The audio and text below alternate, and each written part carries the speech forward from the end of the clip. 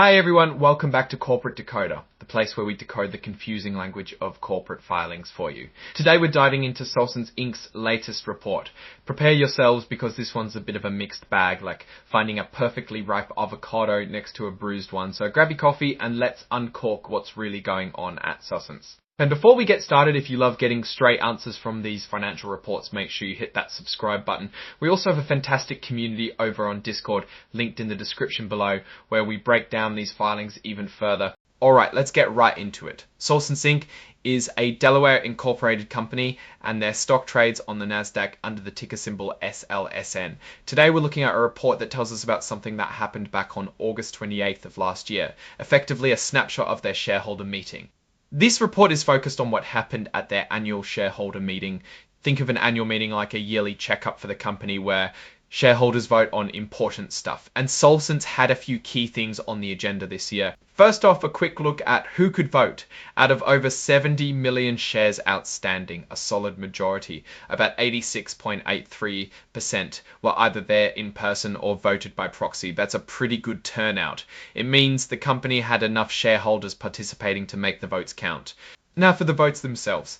The first big item was electing new directors. Directors are like the company's board of trustees. They guide the big picture. Solesence needed to elect 2 new ones and shareholders had to give their say. Looking at Janet Whitmore, she got a massive number of votes for her, over 55 million. There were 0 votes against her and a portion of shareholders chose to withhold their vote, which sometimes means they don't have enough information or want to send a message without actively voting against. Similarly, Laura M. Barris also received an overwhelming number of 4 votes with almost 56 million. Again, no votes against her and a smaller number of withheld votes compared to Ms. Whitmore.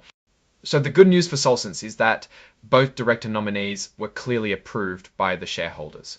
This means the company's leadership is comfortable with the direction these individuals will steer the company. Next up, Proposal 2.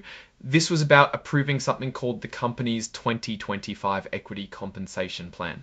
What that means in plain English is they were voting on a plan to give out company stock or stock options to their employees, especially to key people like executives. This is a common way to motivate employees and tie their success to the company's success. And here's where it gets interesting. Out of the votes cast, over 56 million were in favor of this plan. They had a small number of votes against, about 207,000, and a very small number of abstentions, just under 60,000. The outcome, shareholders approved the plan.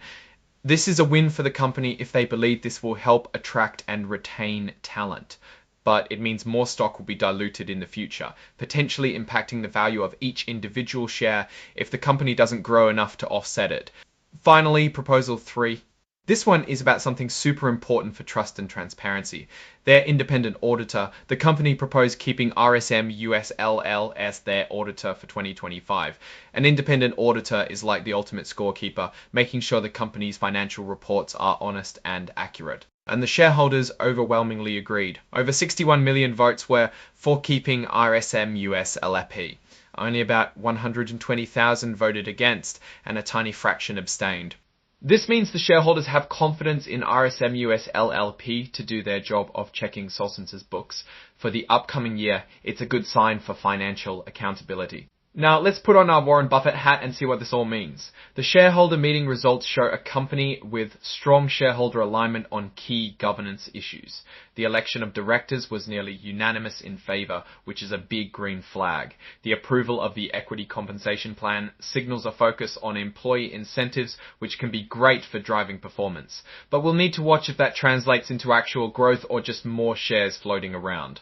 The strong ratification of their auditor, RSM US LFE, builds confidence in their financial reporting integrity. However, what's missing here are the juicy financial numbers we often look for in these filings, like revenue, profit, or debt. This particular report is more about how the company is governed and incentivized rather than what they achieved financially in a specific period. It seems like Solesence is prioritizing the structure and the people behind the decisions in this report. But what does this tell us about Solesence's direction? On the one hand, strong shareholder support for leadership and auditing practices is a positive sign of stability and good governance. It suggests the company is running smoothly from a structural perspective. The risk here is that without the financial performance data, it's hard to gauge the company's actual business health or its competitive position. We can't tell if their strategies are working just from this. An opportunity could be that they are setting themselves up for future growth by getting their internal structures right first. In conclusion, Solesence Inc. appears to have a solid foundation in terms of governance and shareholder confidence in its leadership and auditing processes. The approval of the equity compensation plan shows a commitment to its employees, which is a good sign if managed correctly. However, for a deeper understanding of where the company is headed and its financial strength, we'd need to see their actual financial performance reports. Alright, that's our take on Solesence Inc.'s latest filing. What are your thoughts on these shareholder decisions? Do you think the equity plan is a smart move, or does it raise red flags for you? Let us know in the comments below. If you found this breakdown helpful, please give this video a thumbs up and subscribe for more corporate financial insights delivered in plain English. And don't forget to join our Discord community, linked in the description, for even more discussions and analysis. Thanks for watching, and we'll see you in the next episode of Corporate Decoder.